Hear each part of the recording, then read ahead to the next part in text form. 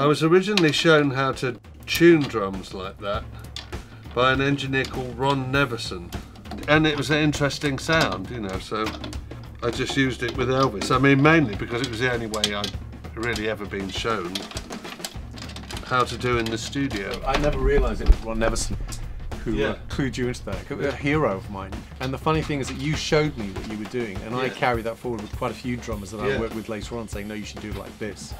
So Ron's legacy lives on.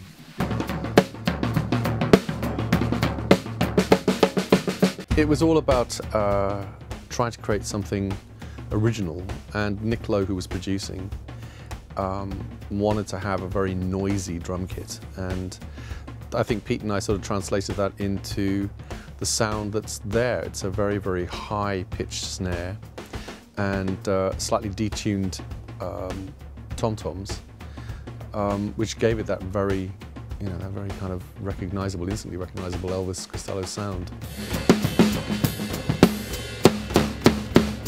The first sound we had was like the late 70s, early 80s. And the sound I'm going for now is more, since I moved to Los Angeles and did more sessions, this is more what you would do just for a conventional rock sound. All the Drumdrops multi-tracks are printed directly to tape. We've actually had a 16-track head block fitted on the tape machine. We have used some Telefunken mic amps. We have used Calrec mic amps, which are really nice and reminiscent of the stuff that I used on those records. We used a couple of Kartek and TubeTech EQs, just a little bit on the snare and tiny bits on the kick drum. That's about it.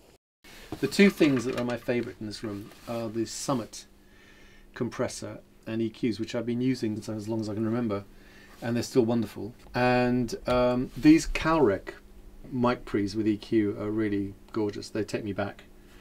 So we're using those EQs on between the kick and the snare. Some compressors I'm using on the overheads.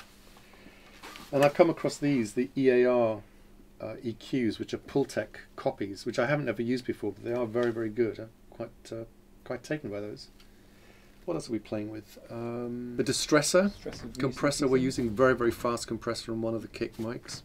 Roger's now finished mixing this particular multi-track, and what I'm doing now is just printing the mixes off in Pro Tools, as you can see. So this is the full mix of the whole kit, and then what I'm going to do is print stems of this kit. So I'll print the kick drum on its own, and then the snare, and then the rest of the kit, and then the room mics.